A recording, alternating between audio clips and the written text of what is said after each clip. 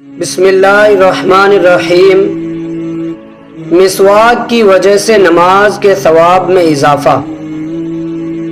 صحیح حدیث سے یہ بات ثابت ہے کہ جو نماز مسواک کر کے پڑھی جائے وہ بغیر مسواک والی نمازوں سے 70 گنا زیادہ فضیلت رکھتی ہے۔ مسواک کس لکڑی کی ہو؟ پیلو کی مسواک افضل ہے، اس کے بعد زیتون کا درجہ ہے، اور انار اور بانس کی مسواک سے فقہاء اکرام نے منع کیا ہے۔ نیم کی مسواک میں بھی کوئی حرج نہیں، بلکہ طبی اعتبار سے وہ مفید ہے۔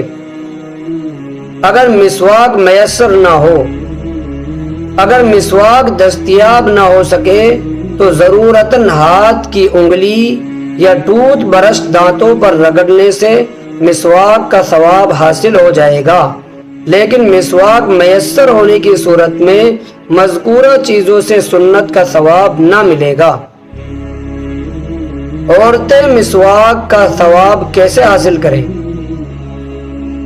جس طرح مردوں کے لیے مسواک کرنا مسنون ہے، اسی طرح عورتوں کے لیے بھی مسواک کرنا سنت ہے۔ تاہم اگر کسی عورت کے دانت طبعی نزاکت کی وجہ سے مسواک کے متحمل نہ ہو اور وہ مسواک کی نیت سے کوئی گوند یا مناسب منجن دانت کی صفائی کے لیے استعمال کر لے تو اسے انشاءاللہ مسواک کا ثواب حاصل ہو جائے گا۔ مسواک کرنے کا طریقہ۔ مسواک سیدھے ہاتھ سے اس طرح پکڑی جائے کہ چھوٹی انگلی نیچے کے سرے پر اور انگوٹھا اوپر کی جانب ہو اور بقیہ انگلیاں درمیان میں ہو۔ پھر منہ کی چوڑائی میں دانتوں پر مسواک پھیری جائے۔ دائیں جانب سے ابتدا کرے اور 3 مرتبہ پانی میں بھگو کر یہی عمل کرے۔ مسواک کتنی بڑی ہو؟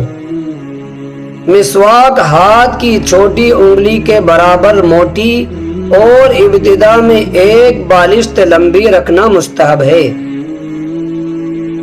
روزہ کی حالت میں مسواک کا حکم۔ روزہ کی حالت میں بھی ہر وضو میں مسواک کرنا سنت ہے۔ روزے دار کے منہ کی جو بو اللہ تعالیٰ کو پسند ہے، مسواک اس سے مانے نہیں ہے۔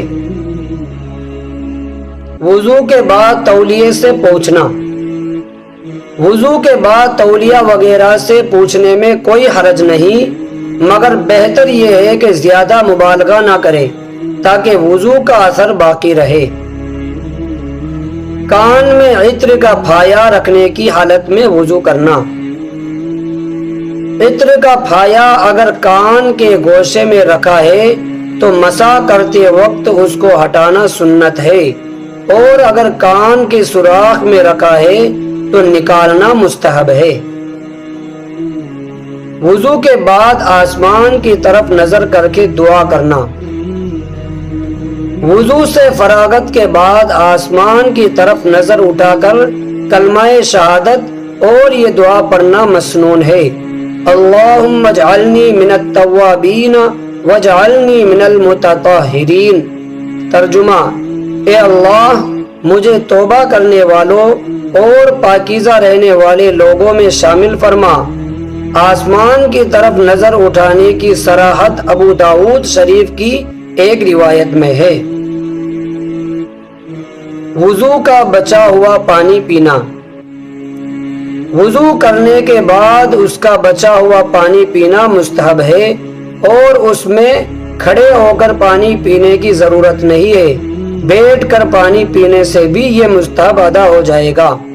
البتہ یہ پانی کھڑے ہو کر پینے کی بھی اجازت ہے۔ یہی حکم زمزم کے پانی کا ہے کہ اس کو کھڑے ہو کر پینا زیادہ سے زیادہ مستحب ہے۔